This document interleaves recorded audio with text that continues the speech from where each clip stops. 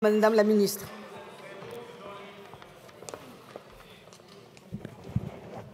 Merci Madame la Présidente, Madame la Présidente de Commission, Monsieur le rapporteur, Mesdames et Messieurs. Quelques reprises de vos interventions, Mesdames et Messieurs les députés. Tout d'abord, Monsieur Allégret-Pilot, vous avez souligné que ce texte visait à libérer les agriculteurs.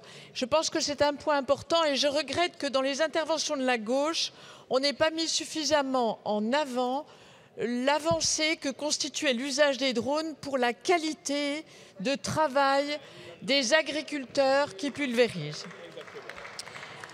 Monsieur Magnier, vous avez évoqué votre hostilité à 2 points qui seront largement débattus lors de l'examen des amendements, c'est-à-dire la question de la pente, 20% ou 30%, et puis l'ouverture à tous les produits phytosanitaires. Je vous propose de réserver le débat au moment de l'examen des amendements. Monsieur Prudhomme, et je pourrais dire également Madame Batho ou Madame la Présidente Trouvé, vous avez tous les trois exprimé un argument selon lequel ce texte de loi serait inspiré par le lobby phytopharmaceutique. Vous avez parlé de forces obscures qui seraient à l'œuvre pour convaincre de l'usage des drones pour faire valoir des intérêts économiques. Moi, je regrette que vous ayez cette vision vraiment outrancière, parce que de quoi s'agit-il en réalité? Il s'agit d'améliorer la sécurité des agriculteurs. Il s'agit de réserver le drone à des produits qui sont des produits de biocontrôle, de l'agriculture biologique, à faible risque. Où est l'industrie qui veut ouvrir les vannes de l'usage des produits phytosanitaires? Madame Thomas, vous avez parlé d'un texte gadget. Quand vous écoutez les agriculteurs, ils vous disent tout le contraire. Ils sont en attente de cette technologie qui améliorera réellement leurs conditions de travail. Et je pense que vous ne devriez pas évacuer ainsi d'un trait de plume quelque chose qui leur sera profondément utile. Vous évoquez l'avis du CES, mais vous n'évoquez pas celui de l'ANSES qui contredit l'avis du CES que vous avez rapporté. Monsieur Nury, je ne reviendrai pas sur les arguments que vous avez développés en faveur de l'usage des drones, la sécurité des agriculteurs, la protection des Français, la protection de l'environnement.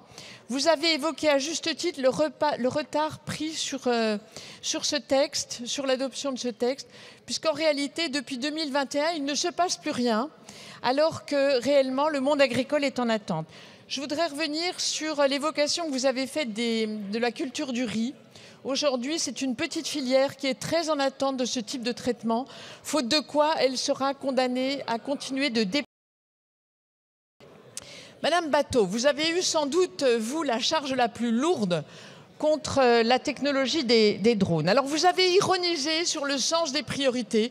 Moi, je ne juge pas le choix qui a été fait par le groupe parlementaire de proposer ce texte.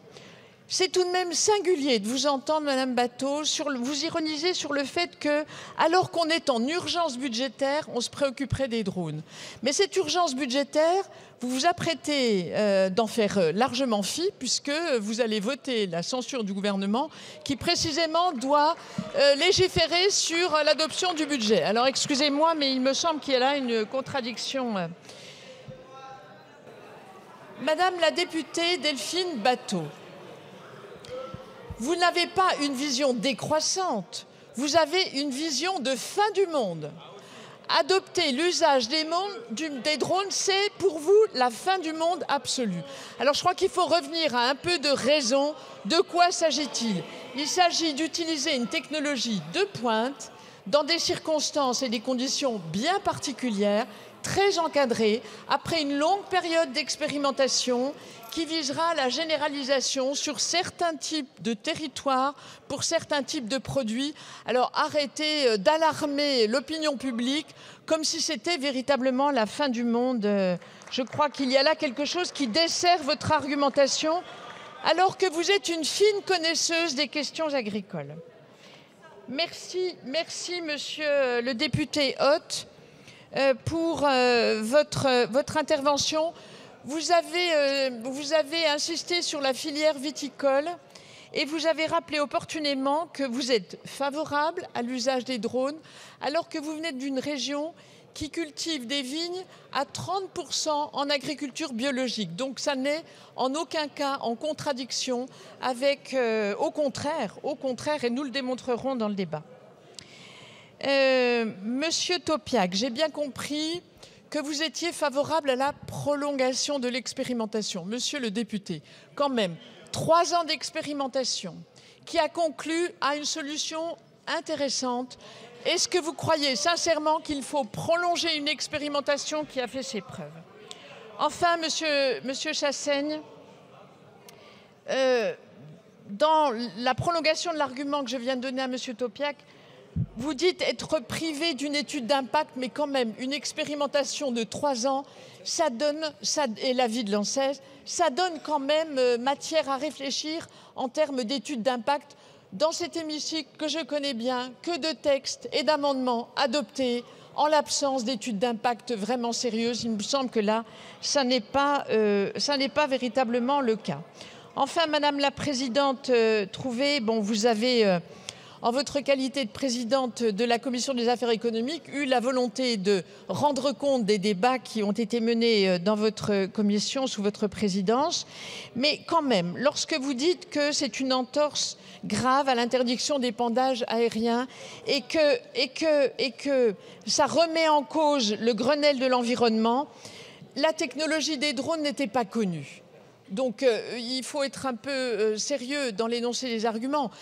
Lorsque on a interdit l'épandage aérien au moment du Grenelle de l'environnement, eh bien, on ne connaissait pas l'usage très particulier et qui offre tout de même pas mal de garanties de la technologie des drones. Enfin, sur l'hommage à l'ANSES, et je voudrais répondre à Madame Bateau, très clairement, qui parle de politburo. Non, il ne faut quand même pas exagérer.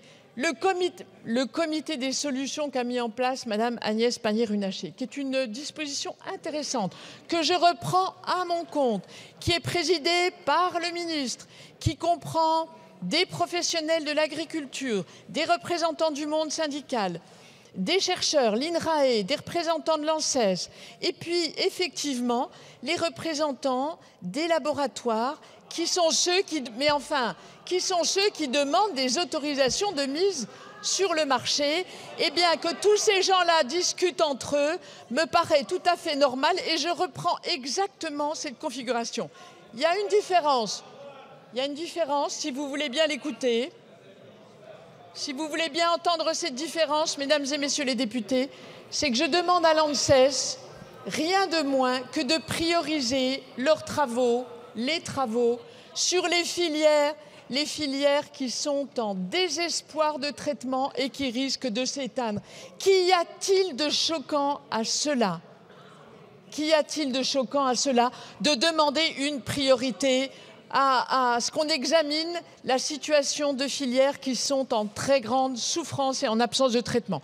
Alors, il faut, je crois, revenir à un peu de raison. Enfin, et je reprends l'argument de Madame la Présidente Trouvé, vous parlez d'une liste des produits évolutifs. Le principe qui est retenu dans ce texte de loi, de quoi s'agit-il?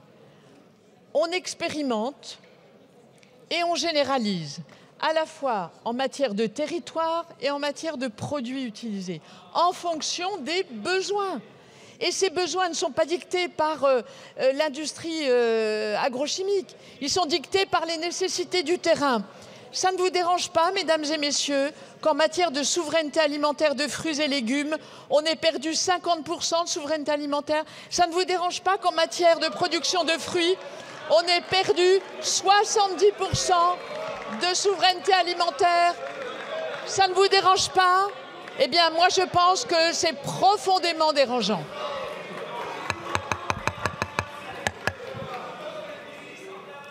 Je vous remercie, Madame la Ministre. J'appelle maintenant dans le texte de la Commission les articles de la proposition de loi. J'ai 3